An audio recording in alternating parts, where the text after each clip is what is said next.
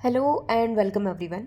आज के इस वीडियो लेक्चर में हम बात करेंगे सब्जेक्ट सोइल फर्टिलिटी मैनेजमेंट की थर्ड टॉपिक के बारे में, जो कि है role, deficiency and toxicity symptoms of essential plant nutrients. Basically हमने जो 17 एसेंशियल प्लांट न्यूट्रिएंट्स पढ़े थे, उनके बेसिक कैरेक्टरिस्टिक्स, यानी कि अगर प्लांट में उन एसेंशियल प्लांट न्यूट्रिएंट्स में से किसी की कमी हो जाती है तो प्लांट कौन से डेफिशिएंटी सिम्टम्स शो करता है, और उन पर्टिकुलर एलिमेंट्स या न्यूट्रिएंट्स की कमी होने के कारण प्लांट में कौन से डिजीज़ देखने को मिलती है। इन्हीं सब चीज़ों के बारे में हमें आज की इस वीडियो लेक्चर में डिस्कस करना है। स्टार्ट करते हैं। सबसे पहले, क्योंकि प्लांट जो न्यूट्रिएंट्स हैं वो बहुत ज़्यादा असेंशियल होते हैं प्लांट की ग्रोथ एंड डेवलपमेंट के लिए, और इसीलिए उनको कैटेगराइज किया जाता है असेंशियल प्लांट न्यूट्रिएंट्स की कैटेगरीज के अंदर। ये दो तरीके के हो सकते हैं, मैक्रो न्यूट्रिएंट और माइक्रो न्यूट्रिएंट। ये उनकी क्वांटिटी के ऊपर डिपेंड करता है कि प्लांट्स को कितनी क्वांटिटी के अंदर रिक्वायर्ड है। ये मैक्रो और माइक्रो न्यूट्रिएंट्स हम लास्ट लेक्चर्स के अंदर डिस्कस कर चुके हैं। आज हम बात करते हैं कि इन पर्टिकुलर न्यूट्रिएंट्स का क्या रोल है प्लांट के अंदर। सबसे पहले एक मेजर या मैक्रो न्यूट्रिएंट की बात करें, विच इज़ नाइट्रोजन। तो नाइट्रोजन देखो, ऑर्गेनिक मैटर जो है उससे सबसे ज़्यादा नाइट्रोजन मिलता है, यानी कि लगभग जो 95 टू 99% नाइट्रोजन प्रेजेंट होता है सोइल के अंदर, वो कहाँ से आता है? ऑर्गेनिक मैटर से आता है। क्वेश्चन कभी कभी ये पूछा जाता है कि इंडियन सोइल में एज ऑन एवरेज कितना नाइट्रोजन परसेंट प्रेजेंट होता है, तो आपको ये याद रखना है कि लगभग 0.02 टू 0.1% नाइट्रोजन प्रेजेंट होता है, और नाइट्रोजन डेफिशिएंट सोइल है बेसिकली। अब हम फंक्शंस की बात करें तो नाइट्रोजन जो है वो बेसिकली सबसे ज़्यादा इंपॉर्टेंट अमीनो एसिड। अब अमीनो एसिड से क्या होगा? प्रोटीन बनती है, और प्रोटीन से क्या बनता है? एंजाइम बनता है। यानी कि हम कह सकते हैं कि अमीनो एसिड, प्रोटीन और एंजाइम का एक इंपॉर्टेंट कंपोनेंट है। इसके अलावा ये वेजिटेटिव ग्रोथ को भी प्रमोट करता है, और सीड एंड फ्रूट के जो प्रोडक्शन है उसको भी इंक्रीज करता है। इसी के साथ में ये न्यूक्लिक एसिड वगैरह का भी कॉम्पोनेंट के रूप में देखा जाता है। अब इसकी बात करते हैं कि अगर नाइट्रोजन की डेफिशिएंसी हो गई तो हमें कैसे पता लगेगा। तो जो लोअर और ऑल्डर लीव्स होती हैं, मान लो जैसे सपोज कि ये कोई प्लांट है, ये इसकी लीव्स हैं, तो जो लोअर नीचे वाली और जो ऑल्डर लीव्स होती हैं उसके ऊपर येलोइंग देखने को मिलती है, क्लोरोसिस देखने को मिलता है, और वी शेप का क्लोरोसिस देखने को मिलता है जो ऑल्डर लीव्स होती हैं उनके अंदर।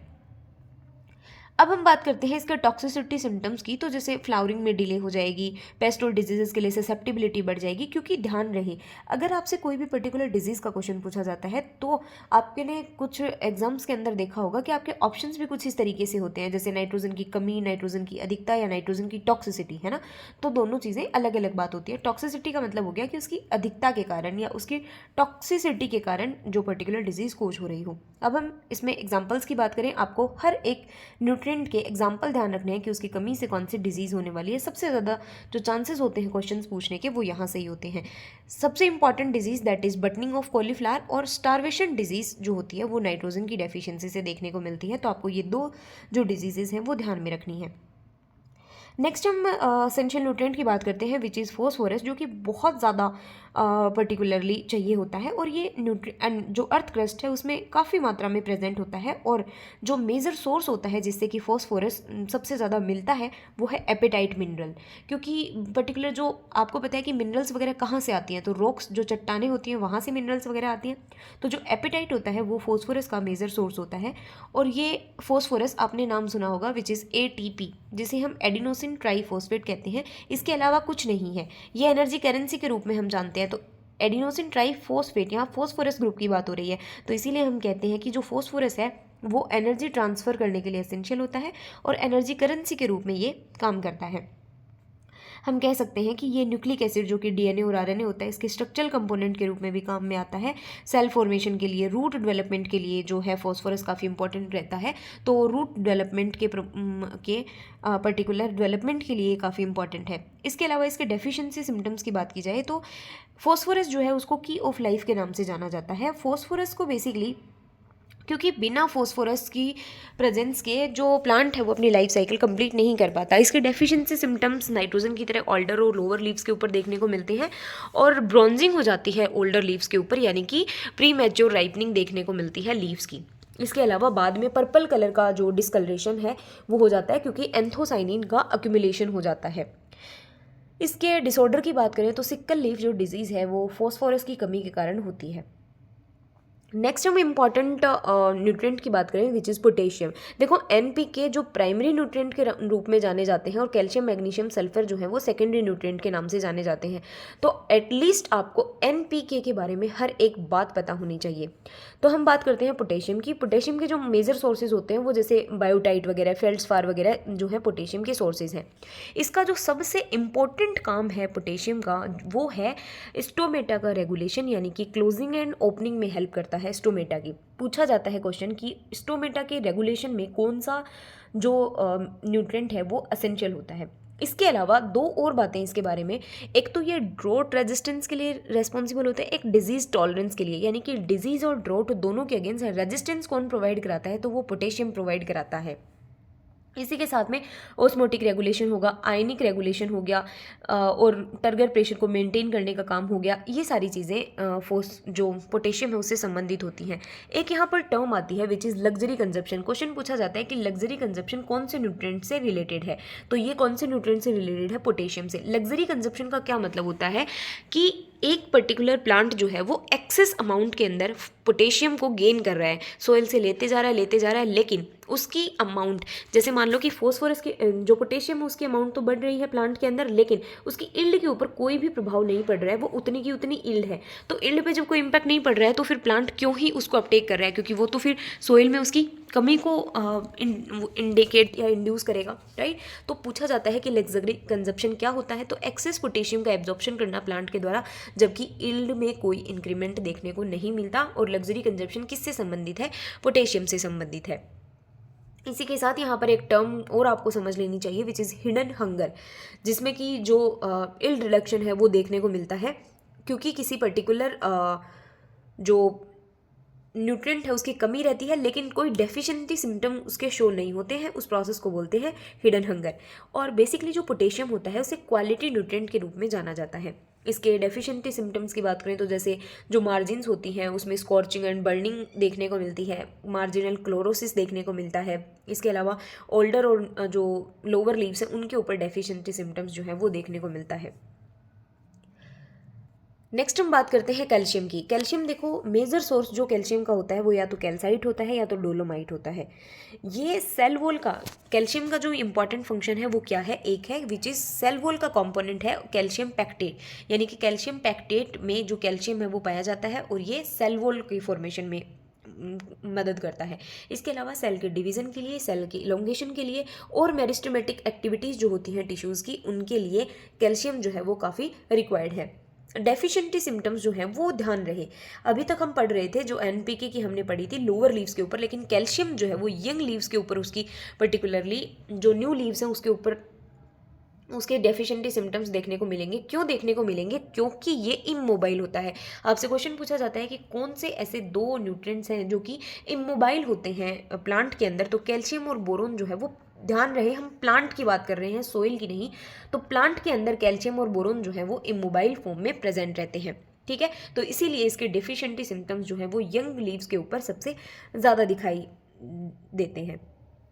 इसके अलावा इसके डिसऑर्डर्स की बात करें तो blossom and wrote of tomato बहुत इंपॉर्टेंट डिसऑर्डर है जो कि कैल्शियम की कमी के कारण होता है, और इसके अलावा बिटरी टिप ऑफ एप्पल जो है वो भी कैल्शियम की कमी के कारण होता है। नेक्स्ट हम बात करते हैं मैग्नीशियम। मैग्नीशियम का मेजर सोर्स डोलोमाइट भी है और मस्कोवाइट भी है। मैग्नीशियम जो है वो आपको पता है कि पर्टिकुलरली पोरफायरिन रिंग बनाता है क्लोरोफिल की पोरफायरिन रिंग बनाता है। तो हम कह सकते हैं कि ये सेंट्रल एटम के रूप में काम करता है क्लोरोफिल मॉलिक्यूल में, जिसका काम क्या होता है कि ये लाइट को ट्रैप करके रखता है, ठीक है। इसका मतलब हम कह सकते हैं कि ये बेसिकली एसेंशियल कॉन्स्टिट्यूंट है क्लोरोफिल का, यानी कि हम कह सकते हैं कि क्लोरोफिल का जो है वो सेंट्रल एटम की तरह काम करता है, राइट। इसके अलावा डेफिशिएंसी सिम्टम्स की बात करें तो लीफ की कर्लिंग हो जाना, प्री मैच्योर लीफ फॉल देखने को मिलता है, और सबसे ज़्यादा इंपॉर्टेंट है इसकी diseases which is sand drown disease of tobacco. पूछा जाता है कि किसकी वजह से होता है, और ग्रास टिटनी जो है वो बेसिकली हम बोल सकते हैं कि इसे हाइपोमैग्नीशियम कहा जाता है, कि मैग्नीशियम की डेफिशिएंसी से रिलेटेड ये डिसऑर्डर है जो कि कैटल्स में देखने को मिलता है, क्योंकि अगर वो ऐसा चारा खाती रहेंगी बहुत लंबे समय तक जो कि मैग्नीशियम की डेफिशिएंसी वाला चारा होगा, तो उनमें ग्रास टिटनी देखने को मिलता है। नेक्स्ट हम बात करते हैं सल्फर की। सल्फर जो है वो जिप्सम का एक मेजर जिप्सम जो है वो सल्फर का एक मेजर सोर्स है। इसके अलावा पायराइट जो है उसमें भी सल्फर देखने को मिलता है और ऑर्गेनिक मैटर से भी सल्फर जो है वो प्राप्त होता है। इसके रोल की बात करें तो देखो, सल्फर आपको पता है सबसे ज़्यादा हम कहाँ पढ़ते हैं सल्फर की एसेंशियलिटी, क्रूसीफर्स जो प्लांट होते हैं उनके अंदर होता है, क्योंकि सल्फर जो है वो ऑयल जो कंटेंट होता है उसकी क्वालिटी को इम्प्रूव करता है। ध्यान रहे, क्वेश्चन पूछा जाता है कि क्रूसीफर्स के अंदर जो मस्टर्ड वगैरह होती है उनके अंदर ऑयल की क्वालिटी को कौन इंड्यूस करता है, कौन एनहेंस करता है, तो सल्फर जो है वो वहाँ पर, इसीलिए सल्फर जो है वो क्रूसीफर्स प्लांट में अलग से भी अप्लाई किया जाता है, राइट। तो हम कह सकते हैं कि सल्फर जो है वो अमीनो एसिड्स का एक इम्पॉर्टेंट कॉन्स्टिट्यूशन है। जैसे कि हमने नाइट्रोजन की भी बात की थी कि नाइट्रोजन भी अमीनो एसिड्स का एक इम्पॉर्टेंट पार्ट है। जैसे कि हम बोल सकते हैं कौन कौन से अमीनो एसिड्स, जैसे सिस्टीन, सिस्टेनिन और मिथ्योनिन, ठीक है। तो सल्फर जो है वो एसेंशियल है ऑयल सीड्स के लिए और पल्सेस के लिए, क्योंकि ये ऑयल के कंटेंट और प्रोटीन कंटेंट को इम्प्रूव करता है, specifically in oil seed crop और पल्सेस क्रॉप्स में। अगर इसकी डेफिशिएंसी या डिसऑर्डर्स की बात करें तो अकोजी डिजीज़ होती है राइस में, लेकिन ध्यान रहे अकोजी डिजीज़ राइस की किस लिए होती है, H2S की टॉक्सिसिटी के कारण होती है, राइट। और नेक्स्ट आती है येलोइंग ऑफ टी। टी की जो लीव्स होती हैं उनकी येलोइंग जो है वो बेसिकली सल्फर की डेफिशिएंसी से होती है। नेक्स्ट हम बात करते हैं आयरन। आयरन जो है उसका मेजर सोर्स है पायराइट और मैग्नेटाइट। क्वेश्चन भी पूछा जाता है बेसिकली, क्योंकि आयरन पायराइट जो होता है उसको हम एसिडिक सोइल के रिक्लेमेशन के लिए भी यूज़ करते हैं। ये बेसिकली क्लोरोफिल की सिंथेसिस में, उसके मेंटेनेंस में काफ़ी हेल्प करता है। और इंपॉर्टेंट चीज़ कि रेस्पायरेशन के समय आयरन जो है वो ऑक्सीजन कैरियर का काम करता है, ये बात आपको ध्यान में रखनी है। अगर इसके डेफिशिएंसी की बात करें तो इंटरवेनल क्लोरोसिस देखने को मिलता है अपर और यंग लीव्स के अंदर। नेक्स्ट आता है मैग्नीज। मैग्नीज जो है वो भी फोटोसिंथेसिस के लिए और नाइट्रोजन मेटाबॉलिज्म के लिए बहुत ज़्यादा बेनिफिशियल रहता है। हम बोल सकते हैं कि ये एंजाइम्स के कोफैक्टर के रूप में काम करता है और क्लोरोफिल के फॉर्मेशन में जो हिल रिएक्शन होती है जब हम पढ़ते हैं फोटोसिंथेसिस में, उसमें ये काम आता है। अगर इसके होने वाले इससे डिसऑर्डर्स की बात की जाए तो ये आपको याद रखनी है, मैग्नीज की कमी से फहाला blight of sugarcane, grey spike of barley या फिर oat, marsh spot of pea. सबसे ज़्यादा जो क्वेश्चन पूछा जाता है कि मार्स स्पॉट ऑफ पी जो है वो किसकी वजह से होता है, तो मैग्नीज की कमी से होता है। इसके अलावा जो क्रिंकल लीफ ऑफ कॉटन है वो किसकी वजह से होता है, मैग्नीज की टॉक्सिसिटी के कारण होता है। नेक्स्ट हम बात करते हैं कॉपर के बारे में। तो कॉपर जो है वो एक प्लास्टोसाइनिन, जिसे कि आप पीसी के नाम से जानते हैं, फोटोसिंथेसिस में आपने पढ़ा है, जो लाइट रिएक्शन और डार्क रिएक्शंस होती हैं उनके अंदर, और एंजाइम्स का एक इंपॉर्टेंट कंपाउंड है। इसके साथ ही ये असेंशियल होता है रेस्पायरेशन में, ETS में, which is electron transport system. इसके अलावा ये मेल फ्लावर्स की फर्टिलिटी को भी इम्प्रूव करने का काम करता है। अगर इससे होने वाले डिसऑर्डर्स की बात की जाए, कॉपर से होने वाले डिसऑर्डर्स, तो जैसे कि गमोसिस एंड एक्जेंथेमा डिजीज़ हो गया सिट्रस का, डाईबैक हो गया, रिक्लेमेशन डिजीज़ हो गया सिट्रस का। रिक्लेमेशन डिजीज़ पूछी जाती है कि कॉपर के कारण होती है, और मेल फ्लावर की स्टेरिलिटी। नेक्स्ट हम बात करते हैं जिंक। जिंक जो है वो बेसिकली इसका जो सोर्स होता है वो स्फ्लेराइट होता है। जिंक जो है वो प्लांट में सबसे इम्पोर्टेंटली हॉर्मोन्स के सिंथेसिस के लिए, जो हॉर्मोन्स होते हैं जैसे कि ऑक्सिन वगैरह आपने पढ़े हैं, ऑक्सिन वगैरह के बायोसिंथेसिस के लिए रेस्पॉन्सिबल जो फैक्टर है कोई, तो वो क्या है, पर्टिकुलरली जिंक है। जिंक की कमी से white bud of maize, Khaira disease, सबसे इंपॉर्टेंट क्वेश्चंस जो एग्जामिनर का फेवरेट क्वेश्चन है कि खेरा डिजीज़ ऑफ मेज जो है वो किसकी वजह से होती है। इसके अलावा little leaf of cotton, mottle leaf of citrus, rosetting in leaves, white bud of maize, ये सारे किसकी वजह से होते हैं, जिंक की कमी की वजह से होते हैं। नेक्स्ट हम बात करते हैं कोबाल्ट। कोबाल्ट जो है वो विटामिन B12 का एक इम्पॉर्टेंट कॉम्पोनेंट है। B12 आपको पता है। इसके अलावा ये लेग हीमोग्लोबिन का फॉर्मेशन करने के लिए बहुत असेंशियल होता है। बेसिकली हम बोल सकते हैं सिंपली कि कोबाल्ट जो है वो एक तरीके के हीमोग्लोबिन की सिंथेसिस के लिए रिक्वायर्ड होता है, और वो हीमोग्लोबिन कौन सा, जो कि नाइट्रोजन फिक्सिंग नोड्यूल टिश्यूज़ के अंदर प्रेजेंट होता है, विच इज़ लेग हीमोग्लोबिन, और ये ऑक्सीजन कैरियर्स के रूप में भी काम करता है रूट्स में, और इसे एनिमल प्रोटीन फैक्टर के नाम से भी जाना जाता है। नेक्स्ट हम बात करते हैं बोरोन। तो पहली बात तो बोरोन के बारे में आपको 2-4 बातें याद रखनी है।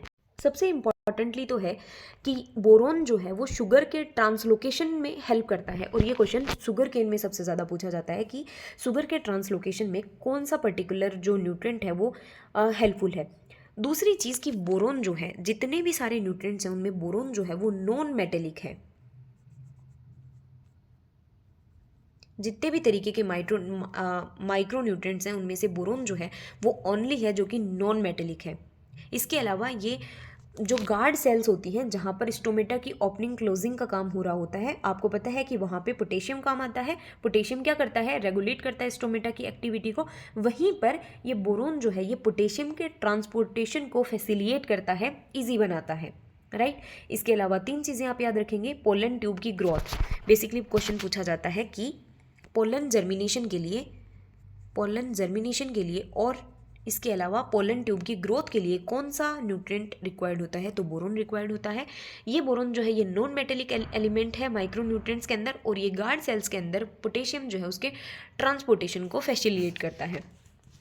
अगर इसके डेफिशिएंसी सिम्टम्स की बात करेंगे तो टर्मिनल बर्ड्स के ऊपर इसके डेफिशिएंसी सिम्टम्स जो हैं वो शो होते हैं। इसके द्वारा होने वाले कुछ डिसऑर्डर्स हैं जैसे कि top sickness of tobacco, heart of sugar beet, fruit cracking of tomato और hen and chicken disease of basically grapes, और जो सिट्रस होते हैं उनका हार्ड फ्रूट्स भी जो है वो बोरोन की कमी से देखने को मिलता है। नेक्स्ट हम बात करते हैं मोलिब्डेनम की। मोलिब्डेनम का जो मेजर सोर्स होता है वो होता है ओलिवाइन। मोलिब्डेनम बेसिकली देखो, मोलिब्डेनम क्यों इंपॉर्टेंट है, क्योंकि हम जानते हैं कि पल्सेस के अंदर जो लेग्यूम क्रॉप्स होती हैं उनके अंदर नाइट्रोजनेज एंजाइम की क्या भूमिका होती है। जो सबसे ज़्यादा नाइट्रोजनेज एंजाइम होता है उसकी वजह से क्या होता है, नाइट्रोजन फिक्सेशन होता है, और नाइट्रोजनेज एंजाइम या इसे ही नाइट्रेट रिडक्टेज के नाम से जाना जाता है, इसका एसेंशियल कंपोनेंट होता है मोलिब्डेनम। तो क्वेश्चन पूछा जाता है कि कौन सा तो एलिमेंट नाइट्रोजन फिक्सेशन के अंदर रेस्पॉन्सिबल होता है, तो मोलिब्डेनम, और कौन सा एंजाइम होता है, तो नाइट्रेट रिडक्टेज या इसे ही नाइट्रोजिनेज के नाम से जाना जाता है, या इसे ही नाइट्रोजिनेज, ये बात भी आपको याद रखनी है। यहाँ पर लिखा गया है कि एसेंशियल होता है नाइट्रोजन फिक्सेशन के लिए और नाइट्रेट रिडक्शन के लिए रिक्वायर्ड होता है। इसके जो डेफिशिएंसी सिम्टम्स हैं बेसिकली क्लोरोटिक मोटलिंग इसमें देखने को मिलती है, और इससे होने वाला एक इम्पॉर्टेंट डिसऑर्डर है विप्टेल ऑफ कॉलीफ्लावर। तो ये आपको याद रखना है, विप्टेल ऑफ कॉलीफ्लावर जो है वो बार बार एग्जाम्स में पूछा जाता है कि किसकी वजह से होता है। विप्टेल ऑफ कॉलीफ्लावर बेसिकली मोलिब्डेनम की कमी से होता है। नेक्स्ट आता है क्लोरीन। क्लोरीन जो है वो देखो सबसे ज़्यादा ओस्मो रेगुलेशन में इसका काम होता है। इसके अलावा टर्गर प्रेशर को मेंटेन करता है, और बहुत ज़्यादा क्लोरीन सेंसिटिव क्रॉप्स होती हैं जैसे कि लेग्यूम्स वगैरह हैं। अब देखियो लेग्यूम्स जो हैं वो बहुत ज़्यादा क्लोरीन सेंसिटिव होती हैं। टोबैको, पोटैटो, शुगर केन, ये क्लोरीन सेंसिटिव क्रॉप्स के अंदर कंसिडर की जाती हैं। डेफिशिएंसी सिम्टम्स में विल्टिंग वगैरह जो है वो शो होते हैं। नेक्स्ट आता है निकल। निकल तो आपको पता है 17th एलिमेंट था जिसको कि एसेंशियल प्लांट न्यूट्रिएंट की कैटेगरी के अंदर कैटेगराइज किया गया था, जो कि प्लांट ग्रोथ और डेवलपमेंट के लिए बाद में इसका पता लगा कि ये भी एसेंशियल है।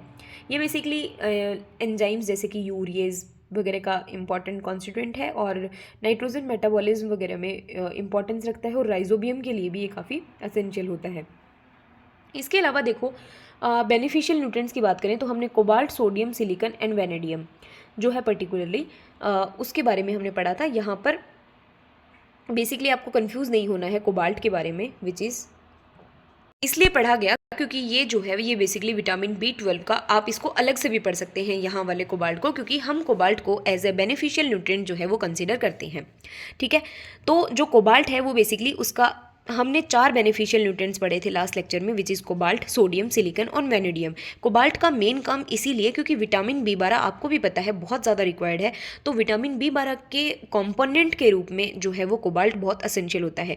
इसके अलावा जो नेक्स्ट बेनिफिशियल न्यूट्रिएंट आता है विच इज़ सोडियम, तो सोडियम जो है वो ड्रॉट रेजिस्टेंस, जैसे कि शुगर बीट के अंदर पर्टिकुलरली, वैसे तो हम ड्रॉट रेजिस्टेंस के लिए किसको पढ़ते हैं, पोटेशियम को पढ़ते हैं, लेकिन शुगर बीट के अंदर particularly sodium as a drought resistant काम करता है और ओस्मो रेगुलेशन में हेल्प करता है। सिलिकॉन की बात करें तो बायोटिक और एबायोटिक जो स्ट्रेसेस होते हैं बेसिकली उनको रिड्यूस करने का काम करता है, और राइस और मेज में बहुत ज़्यादा इंपॉर्टेंट होता है सिलिकॉन। और वेनेडियम की बात करें तो क्लोरोफिल के फॉर्मेशन में, जैसे कि बीजीए, ब्लू ग्रीन एल्गी वगैरह होते हैं, उनमें भी वो भी फोटोसिंथेसिस करते हैं, तो वहाँ पर क्लोरोफिल के फॉर्मेशन के लिए, और लो लैंड एरियाज़ में राइस में बायोलॉजिकल नाइट्रोजन फिक्सेशन के लिए एसेंशियल होते हैं। इसके अलावा कुछ जैसे कार्बन, हाइड्रोजन, ऑक्सीजन, क्योंकि ये मिनरल न्यूट्रिएंट के अंदर कंसिडर किए जाते हैं, और ये एनवायरनमेंट से प्लांट के द्वारा CO2 और H2O से अपटेक किए जाते हैं। इसीलिए जैसे कि ऑक्सीजन के बारे में आप एक इंपॉर्टेंट डिसऑर्डर याद रख सकते हो which is black hurt of potato. बहुत बार पूछा जाता है ब्लैक हर्ट ऑफ पोटैटो किसकी वजह से होता है, तो ऑक्सीजन की डेफिशिएंसी के कारण होता है। अब यहाँ पर हमने एक टेबल मेंशन की है जिसमें कि बताया गया है कि अगर सोइल में कितना % से कम पर्टिकुलर कोई भी न्यूट्रिएंट हुआ तो हम उसको कहेंगे कि लो है ये सॉइल में मीडियम है या हाई है। जैसे कि एग्जाम्पल के लिए अगर हम बात करें तो 0.5% से अगर ऑर्गेनिक कार्बन कम है किसी सॉइल में तो हम कहेंगे कि इस सॉइल में कार्बन कंसंट्रेशन जो है वो लो है। अगर ये 0.5 टू 0.75 के बीच में है तो हम कहेंगे कि मीडियम कार्बन कंसंट्रेशन है, और अगर ये 0.75 से ज़्यादा हुई तो हम कहेंगे कि ये रिच है कार्बन से ये पर्टिकुलर सॉइल। इसी तरीके से आपको 3 जो कार्बन, नाइट्रोजन और फॉस्फोरस जो है उसको याद रखना चाहिए। नाइट्रोजन की बात करें तो 280 से कम, 280 से 560 और 560 से ज़्यादा, ये लो, मीडियम और हाई रेस्पेक्टिवली इसकी कंसंट्रेशन को इंडिकेट करता है, राइट। इसके अलावा एक क्वेश्चन पूछा जाता है कि ऑल्सन मेथड से किसको एक्सट्रैक्ट करते हैं, तो फॉस्फोरस को एक्सट्रैक्ट करते हैं, और बेसिकली एल्कलाइन जो सॉइल्स होती हैं उनके लिए सबसे ज़्यादा सूटेबल होता है।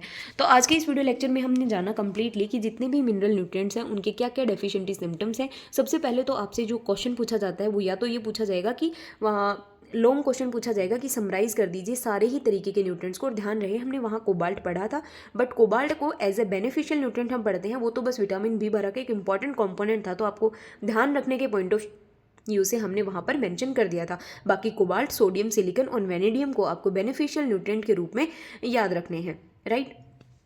इसके अलावा जो इंपॉर्टेंट क्वेश्चन बनता है ये इनके डिसऑर्डर से बनता है कि कौन से पर्टिकुलर न्यूट्रिएंट की कमी होने के कारण कौन सा पर्टिकुलर डिसऑर्डर हमें देखने को मिलता है। नेक्स्ट वीडियो लेक्चर में हम नेक्स्ट टॉपिक के बारे में डिस्कस करेंगे।